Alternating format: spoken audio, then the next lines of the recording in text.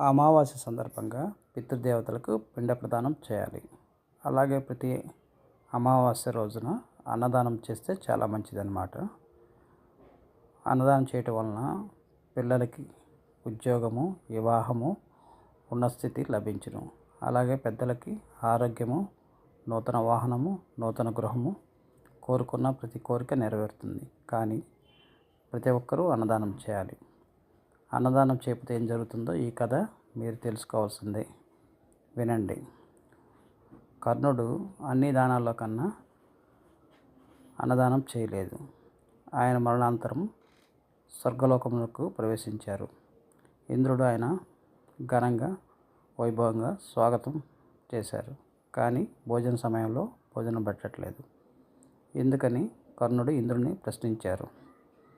మహారాజా కర్ణ, మీరు భూలోకంలో అన్నదానం చేయలేదు.